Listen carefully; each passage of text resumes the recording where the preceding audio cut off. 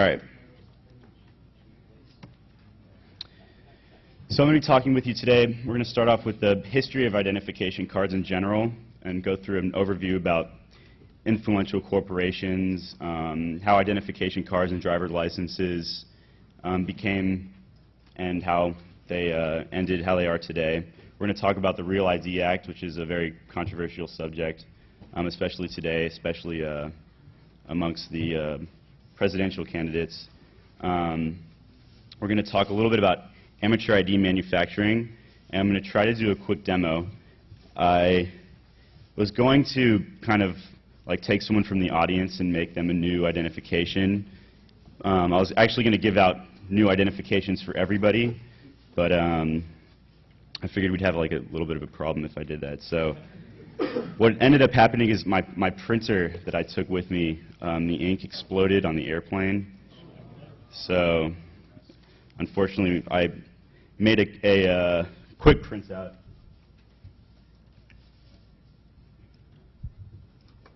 You can see here, it's in pretty bad shape. Well, maybe you can't see, but it's in pretty bad shape, but we'll get to that in a little bit. And then we'll conclude with some high-tech ID concepts that hopefully you'll be seeing in the future. This is an overview of what we'll be discussing during the history of identification cards. We're going to talk about fake IDs, valid government uses, and influential corporations. So identification cards started off with driver's licenses, basically with the automobile. And this happened in Germany and France in the 1900s and quickly became adopted in the United States around 1910. And as more and more people began driving, kind of became the de facto form of identification, throughout the world. And the inherent flaw with the whole system is that they were never designed to be identification cards, and that problem still exists today. So, and you can't really go about your day-to-day basis without a proper form of identification. And I'd like to hear a story of anyone that doesn't have identification, government-issued identification, that lives a normal life. So, in New York City, do you leave the city? Probably not. And even in the city, a lot of things can't be done. Try to open a bank account without a proper. Exactly, exactly. It's almost doing it with post 9/11, almost impossible. Right. It's obvious. So It's very hard now. there are uses for identification, and it does do things like protect your privacy. It proves you are you. And that's good. You don't want other people assuming your identity. So, and like we just discussed, it makes things like travel, work, and purchasing possible. A problem we see in many foreign countries is you can be stopped and harassed. You have to have your identification documents on hand wherever you go. And not having these documents can be detrimental. And this is an emerging problem in the U.S. We currently don't have this problem, but especially post 9/11, as someone just mentioned, we've been seeing this as a problem we need to address and prevent.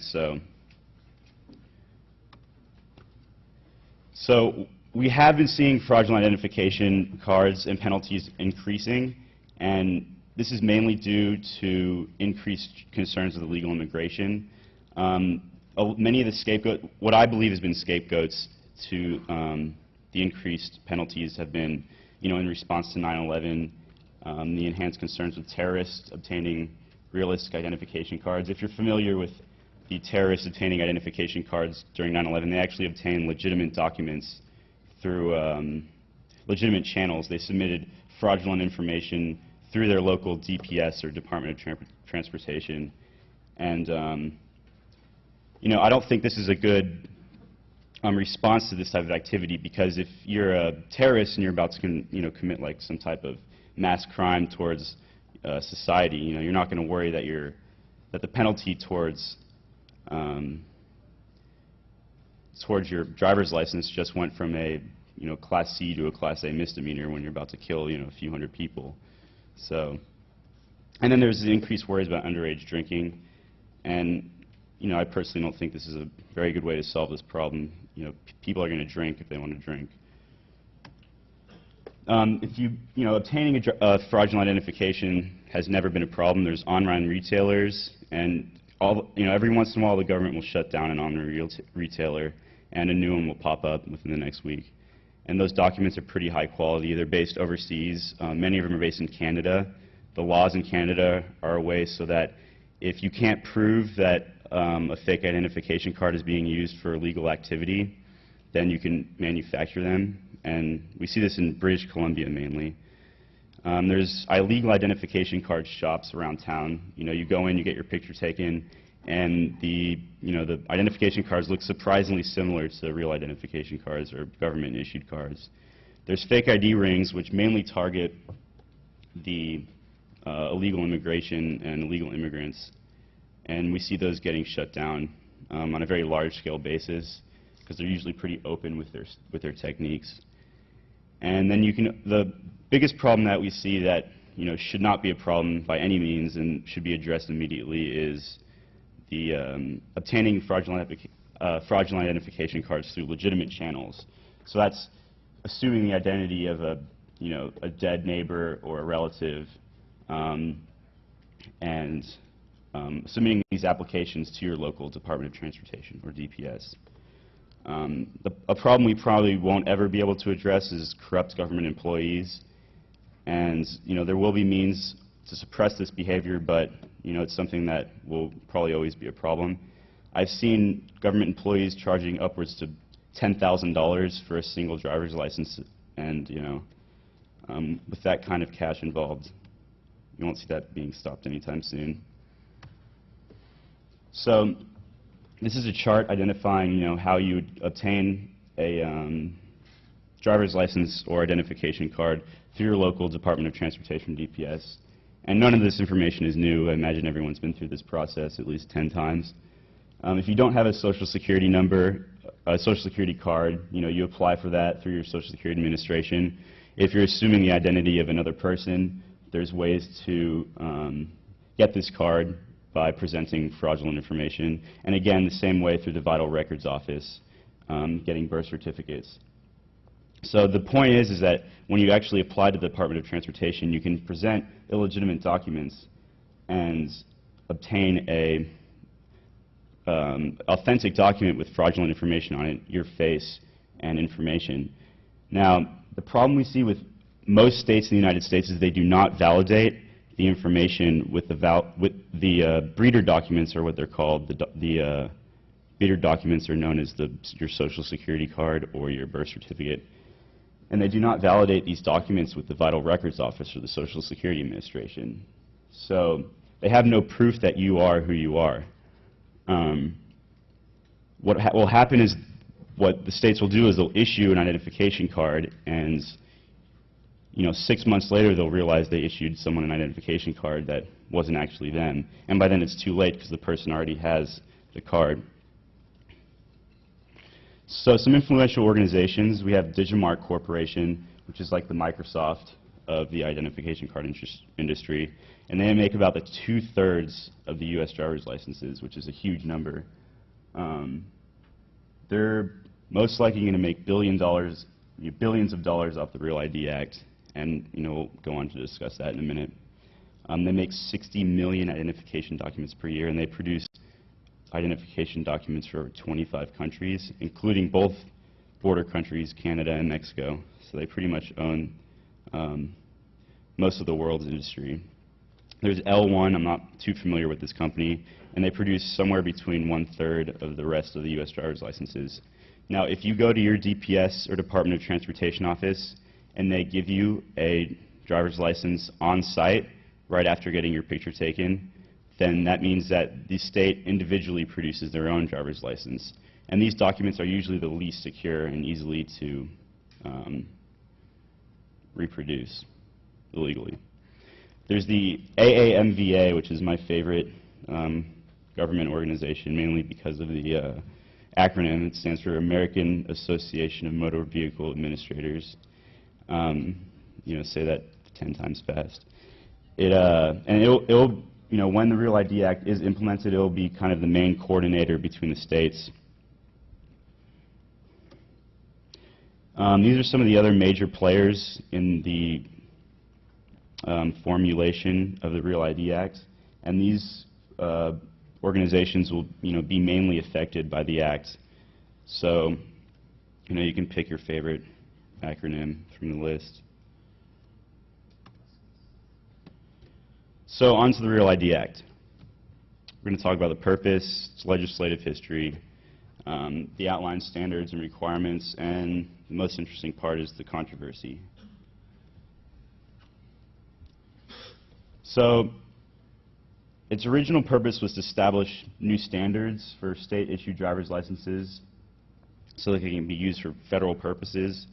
And then the Department of Homeland Security said these federal purposes were to, for citizens, boarding commercially operated airline flights, entering federal buildings, and nuclear power plants. So I don't know about you guys, but I'm going to be pretty upset if my ID won't let me get into, nuclear power plants when the time comes. So basically what's going to happen is if your ID isn't Real ID compliant and your state's not enrolled in the program when the time comes, you're not going to be able to fly. And federal buildings, they're talking about post offices and courthouses, federal courthouses, and things like that.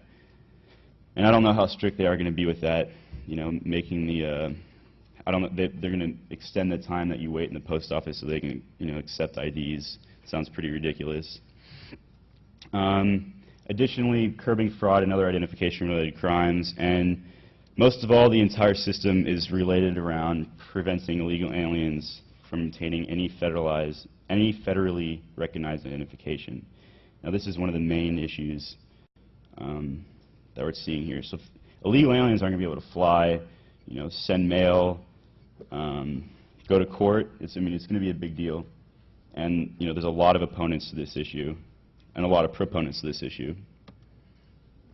So, Representative James Sensenbrenner of Wisconsin attached it to the Emergency Supplemental Appropriations Act for Defense, Global War on Terror, and Tsunami Relief, and it's a military spending bill. No Senate committee hearings were actually delivered on the Real ID Act itself, so no discussion was ever conducted upon it, and it was basically just attached to this must-pass bill. That happened in 2005, and after a few delays, as you'll see on this next slide, what will happen is in 2011, all states must be enrolled in the program. This slide is really confusing. I always have trouble explaining it, but basically phase 1 and phase 2, there was like a bunch of problems, and then there were some delays. And then, so by 2011, the states must be enrolled in the program. Between 2011 and 2014, all citizens issued new identification cards under the age of 50 must have Real ID Act compliant identification cards or driver's licenses. Now, this doesn't mean that if your ID that you currently have doesn't expire, until 2014, you'll still be able to use it.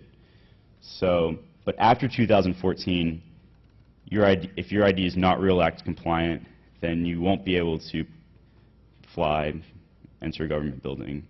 And then the same thing goes for citizens over the age of 50 until 2017.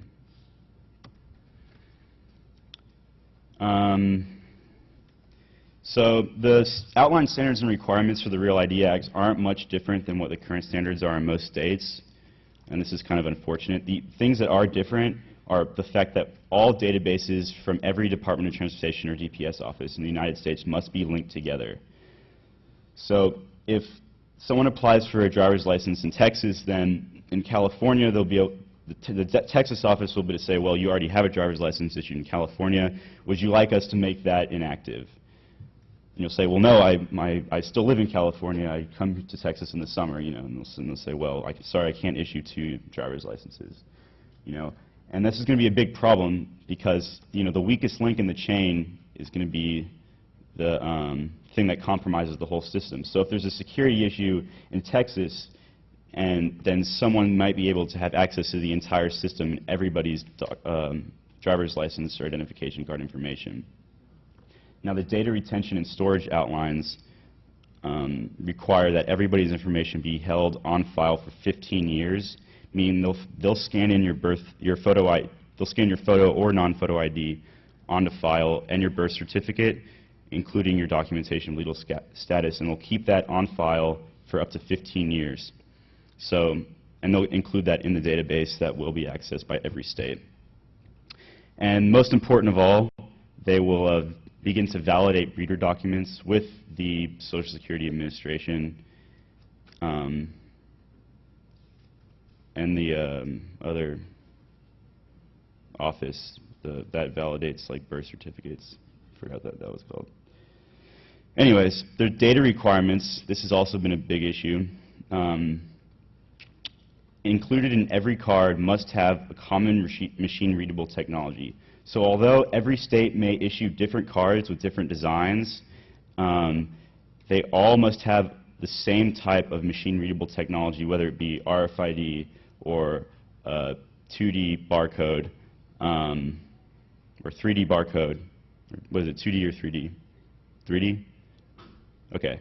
And it must include the full name, the date of birth, the gender, the driver's license, and a digital photograph and signature. So this is basically all your information. You know, I'm surprised it doesn't include your social security number as well. And otherwise, the cards are no different than the current standards. And this is, this is very disturbing because while talking with people in the industry doing research for this project, I was talking with, the number one reason the Homeland Security and James Sensenbrenner introduced this bill was so we could have a new identification document that was high security, unable to reproduce, basically a new document that could not be fraudulently remanufactured. And what ended up happening was large stakeholders in the industry said, well, if we use this new technology that you are proposing, then all of our technologies are going to become obsolete, and we're going to lose huge amounts of money. But that's not how they communicated to the, AAMVA and the other governmental organizations. They, they lobbied for their technologies, saying that their technologies were better, even though we've been fraudulently manufacturing their technologies for, tens of years now.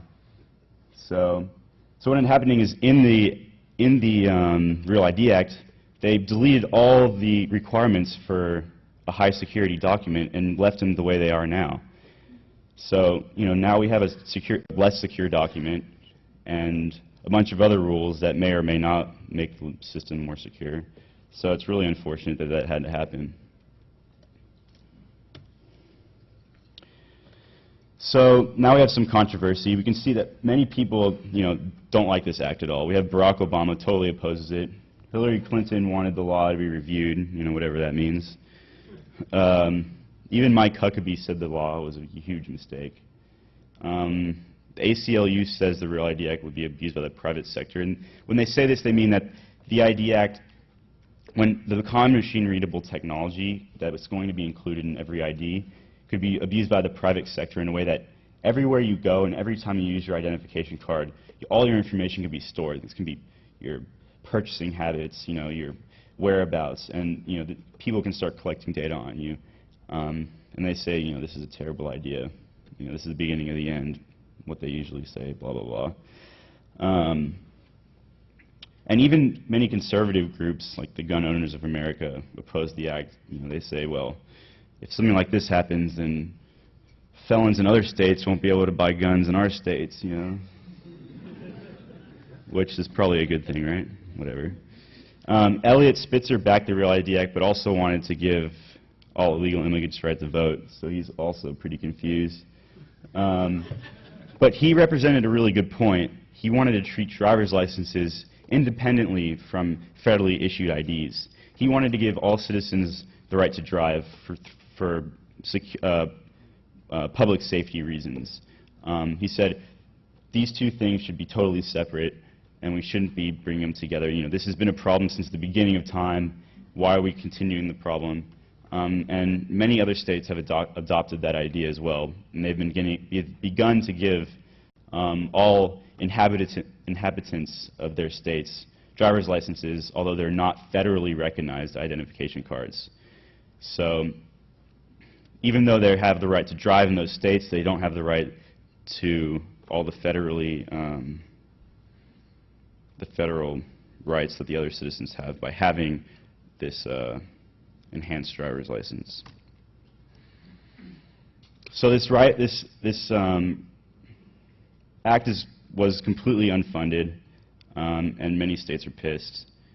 We already talked about the commercial issues and the privacy issues. And then we have the public safety issues, which many states aren't allowing their illegal aliens to drive, which, I mean, is understandable. And this is a totally other topic. You know, we could talk for another 12 hours about, you know, immigration and illegal aliens. So I made this slide, and then I didn't put a key on it, and then I came back later and like had no idea what it meant. So I still don't know what the gray states mean, and I apologize. I don't even know what half the gray states are, actually. So we have California and Alabama are like gung-ho, you know, they're ready to comply. Real ID Act all the way. We have the yellow states, which have actually passed legislation saying we're not going to comply with certain parts of the Real ID Act if it kills us. And they're all financial reasons. The only state that speaks out against one of the only states that speaks out against the Real ID Act for reasons other than financial reasons is Utah. And they say, you know, this is a major act against our privacy, and they're probably using that as an excuse because they don't want to pay the money. But still, they're taking a step forward that none of the other states were taking. And then we have the confused states like North Dakota, Illinois, and Michigan. Thank you, Michigan. Oh, yeah, sorry about that. See, I told you I'm not. And they've spoken out against. They've publicly spoken out against the act, but they've unwillingly began to follow. Anyways, yeah. All right. So now something a little more exciting. Okay. So manufacturing at home. We're going to talk about the needed equipment, needed materials, a little bit about the manufacturing processes and the advanced production methods. So if you haven't already downloaded this guide, I recommend doing it now. Okay, it's .pdf, sorry. And what I'm doing here, I'm going to do the most simplest ID reproduction method that I have listed in the guide. And it's the quickest and easiest to reproduce. And outlined in the guide are other methods as well that are much more expensive. And you know, if you have questions about that, we can talk about those one-on-one or later via email or however you choose. So why manufacture at home? You can produce high-quality documents for your organization, small business, or club. You can protect your privacy. You're creating another identification, which is not illegal. You know, if you want to start a small identified cart manufacturing or consulting business, which is something that I've kind of taken the path of, and then you can produce other quality documents with these exact same techniques for the fraction of the cost. If you were to produce some of the documents that I'm about to show you through another retailer, you're going to be paying, you know, upwards to $10 a document. We're going to make them for like 50 cents a document. You know, so it's easy to do, and it's a lot of fun, and it's really interesting, and I'm totally obsessed with it. So obviously, you should never produce documents that are similar to government documents. And for example, I'll show you a picture.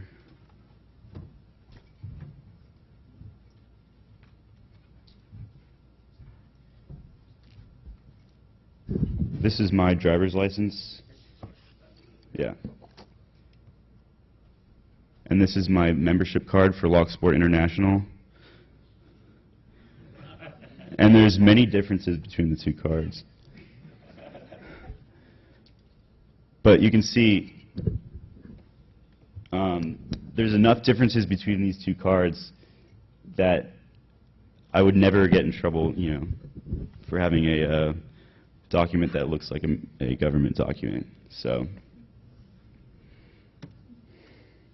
what you need a compatible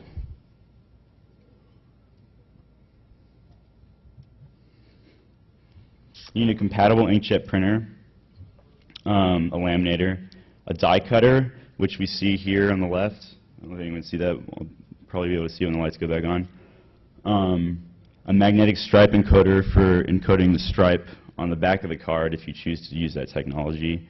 Custom rubber stamps for reproducing the hologram. A black light for admiring your work at the end. You need a scanner for scanning in images or making your personal template. A signature pad for writing signatures directly to the card. Photoshop, of course, and most of this material can be purchased at brainstormidsupply.com. And this is my favorite site where I purchase most of my materials from. And then that was all the equipment. Now the materials we'll talk about a little more detail. The laser Teslin. Now this is synthetic paper. It's called polythin. It's a very porous plastic paper.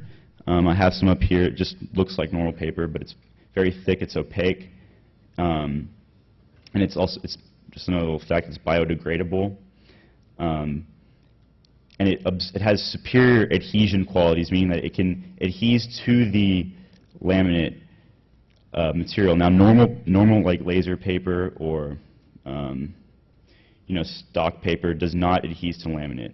And this material will adhere directly to the laminate, and that's why it makes it superior for this application. We have Pearl X pigment powders, which are perfect for making holograms. And what this powder does is that at an angle you can't see you can see the powder, but when you look directly onto it, you can't see the powder. So it's perfect for holograms. Right, the site is disabled, and that's why I included the site owner's email address directly below it, and he did give permission to release his email address. So he might take like 3 or 4 months to get back to you, but it's really the only place you can buy a lot of this equipment at, a lot of this materials at. So in the actual guide, it has his website next to each individual material, so you know where everything is from. And then transparent base. Now, when we're making the actual holographic outlay, we mix transparent base with the Pearl X pigment powder and the ultraviolet pigment powder. I'm going to do that in a minute and show you how it's done. And then we apply that to the stamp and stamp it directly to the Teslin material with the pre-printed ID face on it. So now I'm going to go through the process. If you want to turn the house lights on for a minute.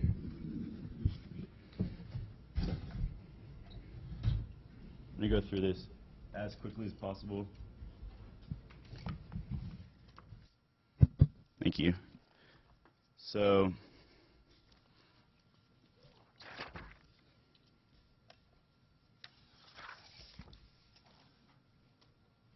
what I do is I take a shiny surface. First of all, I have my pre-printed template out. Now, in the guide, it explains exactly how I print my template. What I start out is I have 8 cards on this single sheet, and on the back I have the back pre-printed as well. And the back of the card has like our mission statement and like the website of our club. There's also room on the back so we can use this material here. Now this material is actually magnetic stripe that's pre-embedded into the laminate, and this can be bought at brainstormidsupply.com as well. And I have it so when it's all lined up, it'll look like this, and when it's die cut out afterwards, it'll come out perfectly. So when you're making your own template, you have to like take all this stuff into consideration. And it'll take many hours of printing and reconfiguring, but if you can manage to do it and it all comes out well, you'll be very happy. So what I'm going to do is I get a shiny surface. I usually use a piece of aluminum foil, but I'm going to use this piece of $10 laminate instead because I don't have any aluminum foil. This kind of looks like drugs, but it's actually UV pigment powder. Empty like a, I don't know if you can see that. There's a little, like a 1/8 of a gram out on the. Okay, this is the Pearl-X pigment powder. It's very shiny stuff. It gets all over your hands and in your lungs. So I recommend wearing a respirator when you do all this, actually flying everywhere because the air is very active on the stage here. Empty a little bit on the table there as well. Now I take some of the, it's called glazing medium. Really all you need is a transparent base, acrylic, water base, any type of material. You might have to experiment around with that. It looks like I've never opened this before, sorry. And I'm going to drop like 1, 2, 3, I don't know, a whole bunch on the table. And I take my finger, this is going to get messy, and I mix it up, like I do this pretty fast because this stuff will dry fast in the air. And you can only really make like 3 holograms before this stuff dries. And I spread it out ultra, ultra thin. Now, the main problem that new hologram makers do is they don't spread it out thin enough, and they get like huge globs of holograms on their new IDs, and it doesn't look very authentic at all. So I'm going to take this stamp right here. It says Locksport International across in letters all the way across, and we'll see that in a minute. And I stamp the sheet very lightly, and I apply it to the card that I want to apply the hologram to. Okay? Now,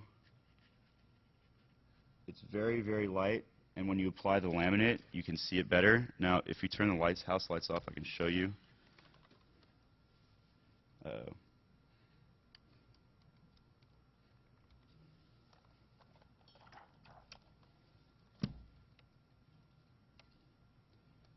Now, can I turn the,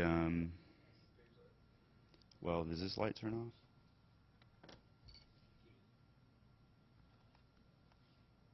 No?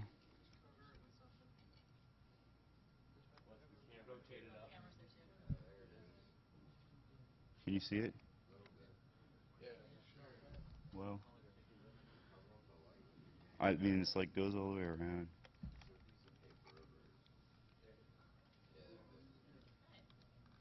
Okay, let me try. That didn't come out as good as I wanted to, so let me try one more time. See, it's already beginning to dry.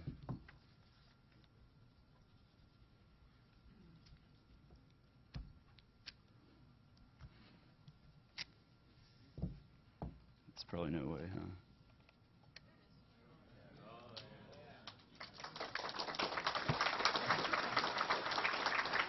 Thank you. We can see this is the UV pigment powder. It lights up real well with the black light. And then if I find my driver's license and my membership card, I can show you. Here we go. So there's my membership card I made earlier, and you can see it lights up very well, right? And this is my Texas driver's license, which doesn't perform nearly as well as mine. But if you go to the airport and they, the first thing they do is they put your driver's license under the black light. And they've all been trained to tell, black light security features above all else. And black light, UV light security features are usually the easiest to reproduce, unfortunately. So I have these stamps, and these stamps I obtained from simonstamp.com, and they're in Canada, which is probably the reason why I was able to obtain them. When I tried to obtain stamps from other sources. When I try to obtain stamps from other sources, they, you know, like in the U.S., I got 8 messages back that said, well, these represent U.S. hologram images from various states. We're not going to be able to we're not going to be able to make these stamps for you. Simon's, it's in the guide, but it's called simonstamps.com or simonstamp.com, and they let you produce all types of graphic images and things like that. So the next step in the process would be to place your laminate on the identification card template sheet that you already produced. You have your hologram produced on every single identification card. And then you have your back laminate, like we showed here, which I have, I'm using MagStripe, so I can add that extra security feature. Then I would use this piece of, and I have all the outlines for the sizes and thicknesses of laminates that I use. And I have a piece of other laminate that I put on top. And then I'd put this through the laminator and let it dry for a few minutes. And then the next step would be to cut it out on the actual die cutter. You can buy several different types of die cutters on the internet with different sizes, depending on your application. The die cutter I chose to bring today is much bigger than any U.S. driver's license. Not to confuse, you know, what my intentions were. That's why I made a bigger one. So the die cutter is more like a $500 piece of equipment, but it weighs about 40 pounds. It's pretty, maybe like 30 pounds. It's like pretty heavy. It's pretty awesome. It's really satisfying. You know, you pull down this lever and it like crinkles through the Teslin and the laminate. And it's like really a good feeling. And I'm going to cut out an identification card from a pre-laminated set of IDs that I have here and show you how that's done. So we can have the house lights back.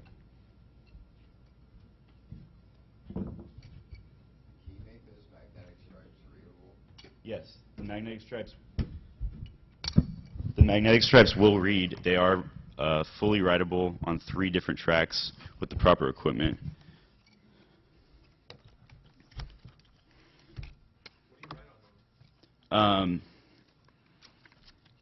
Well,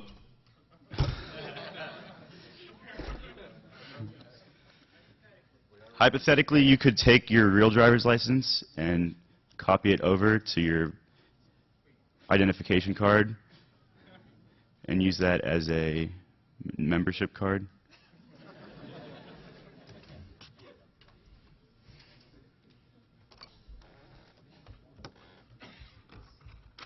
So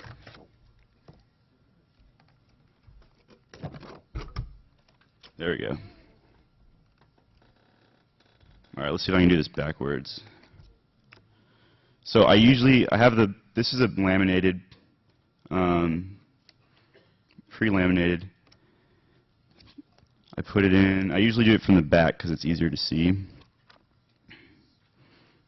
But now I can't see anything, so.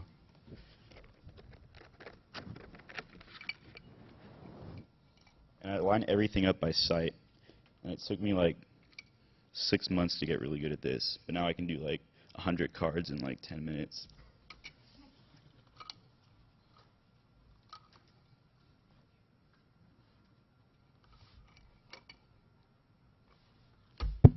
I want everybody to hear this.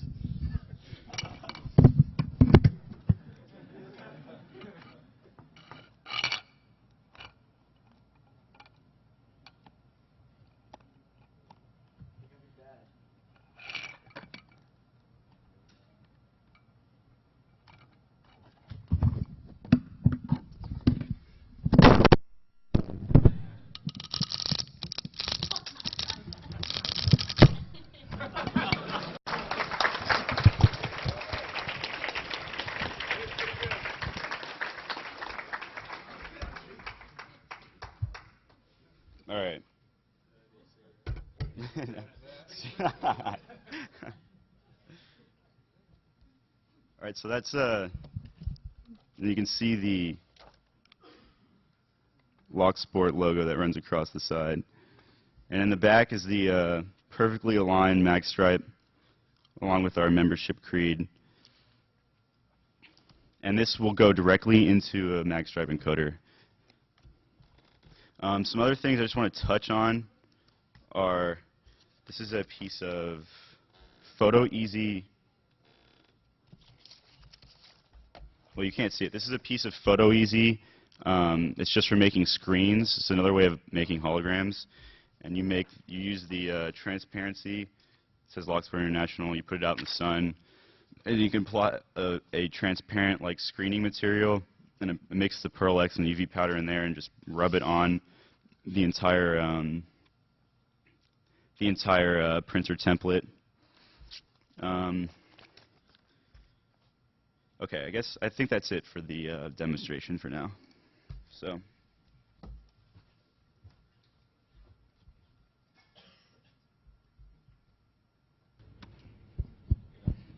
So this is a picture of Photoshop. Oh, what? Oh, no. Thanks. This is a picture of what the template looks like before it prints on Photoshop, and you can see how I have like the guides and the lines that help me line up each already made template file on the computer before it prints. This is just something I want to touch on. It's called the Alps printer, and this is how you make really high quality, professional looking identification card image holograms. And what you do is you spread out an even layer of Pearl X powder onto a piece of laminate, onto the, there's two sides of the laminate. There's a side of the laminate that has the, what's it called? Adhesive, thank you. There's the side that has the adhesive on it, and you put an even layer of Pearl X powder on the adhesive side and put it in this printer.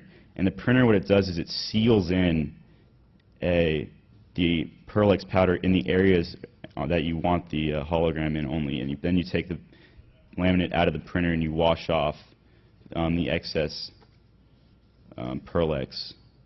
And what you'll have left is a perfect hologram. And this printer, they don't make them anymore. You can find them on eBay for about $800. And usually they come and they don't work.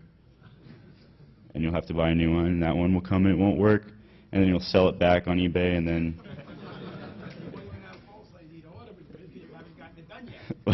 It's a terrible process. All right. I'm going to wrap it up here. So some futuristic concepts and designs. We have PVC is being replaced by Teslin, which is the polythene we talked about. Holograms are being replaced by henograms, which are like much more high-tech holograms. We have like several different images in one hologram, and some of you see them on like the back of phone batteries and stuff like that. 1D being replaced by 2D or 3D.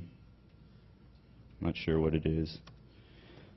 Single color UV is being replaced by full color UV, and like what I showed you was a single color UV, but if you have a printer that you can replace the ink in the print cartridges, and you can get several different types of UV pigment powder, you can mix your own ink together and re-inject the ink into the printer cartridge and have a full color UV printer. And you can print directly onto the Teslin with this type of printer. And refilling ink cartridges is something that many of you probably explored with. So you can reproduce this pretty easily. There's Gullitchin iris print, which are Gullitchin security lines. They make the geometry really unique, and when you try to scan these images, it usually comes out pretty bad.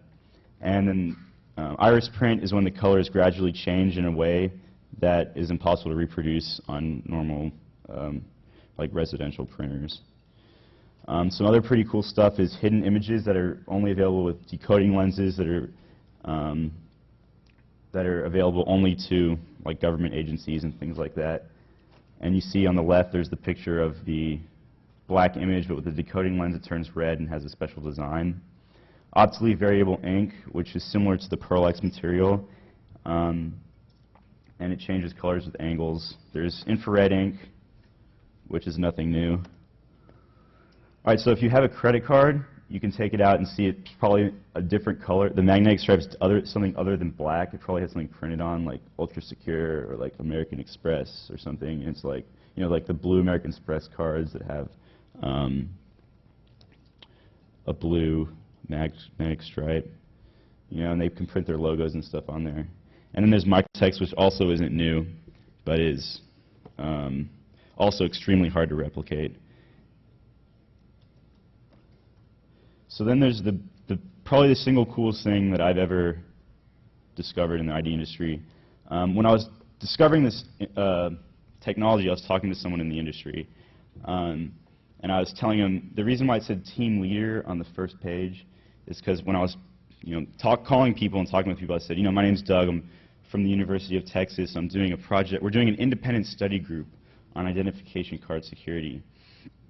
He said, oh yeah, you're getting funding from the university? I said, yeah, kinda, And he said, well, you know what I do is I fraudulently make ID cards for the government and test them out. I have like the license to kill for the ID industry, kind of. I said, that's like the coolest thing I've ever heard. Do you take internships?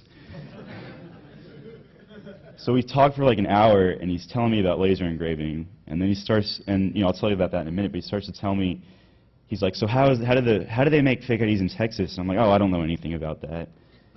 And he says, oh, come on, you probably have friends and stuff. And I'm like, well, maybe. He's like, and he starts telling me, well, you know what I do. And I'm like, well, what do you do? He's like, well, he starts telling me about how he takes the laminate off the identification card and he replaces the picture and he changes the birth date. This is a pretty common method. A lot of people know how to do this. But it's something that I've always had trouble with thinking about. Trouble thinking about. And he starts telling me, he's like, well, if you go to Walmart and get this special solvents on the shelf and you let the card sit on the shelf, he tells me the name of the solvent. It begins with an M, I can't remember. What'd you say? That is methyl-ethyl ketone? Yeah, methyl-ethyl ketone. Okay, that sounds very familiar. Okay.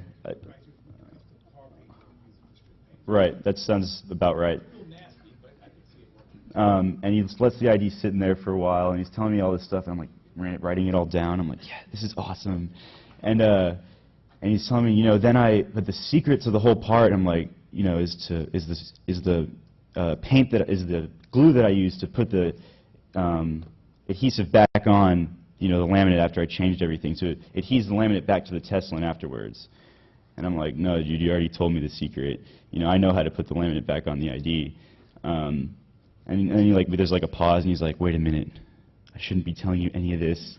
Incidentally, if you look into that project, it may be abbreviated MEK. Thank you. So there's like a pause, and he's like, were you speaking again? And at this point, I was speaking at DEF CON only. I wasn't approved to speak here yet. And he said, that sounds like one of those hardcore political activist conferences. And I said, yeah, that sounds about right. He said, I have to go. And I said, thanks for your time. Anyways, so this guy that I talked to, he represents this company, and they do laser engraving. It's something called polycarbonate laser engraving. It's only licensed for government use, and it involves, it's kind of like CD burning in a way that it comes down and it like engraves into 3 different layers on the polycarbonate material, and it's totally tamper-proof. It's the future of identification card security, and it's extremely high resolution. And like in the previous slide, it has a GPS self-destruct system, meaning that if it's taken away from the place that it was registered from within like 20 meters, the circuits will fry and the laser will self-destruct, which is pretty awesome. It's only government organizations and only top-level government organizations. Your local DPS office cannot have it. It has to be state level. It has to be, armed guards. It can only be open. There's all these lists that the government, lays out. I asked him if I could have a copy of some of the polycarbonate. He said, well, we keep those in only 2 different safes around the world, and one of them is not in the States. So I'd have to get some black and white graphics and full color graphics, and polycarbonate, which I have. I have some polycarbonate material which is not used for making laser engraving, but I do have some polycarbonate material. It costs like $15 or $20 per sheet. So it's what the government considers the most tamper-proof material. And in conclusion, we have ID cards been around about 100 years. We have valid reasons to want to deploy them. There are increased concerns in illegal immigration. You can become involved in the ID security industry at home, and of course all ID cards have strengths and weaknesses, but hopefully emerging technologies will deliver a robust identification system if implemented correctly. So thank you.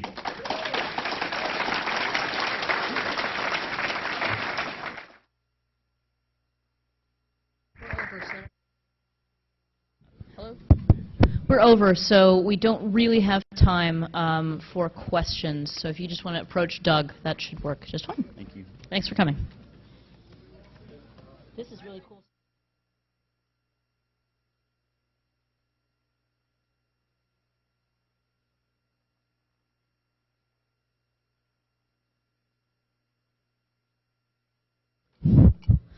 Just a reminder, if everybody leaves one water bottle or one plastic cup on the ground, it kind of looks like crap by the end of the day.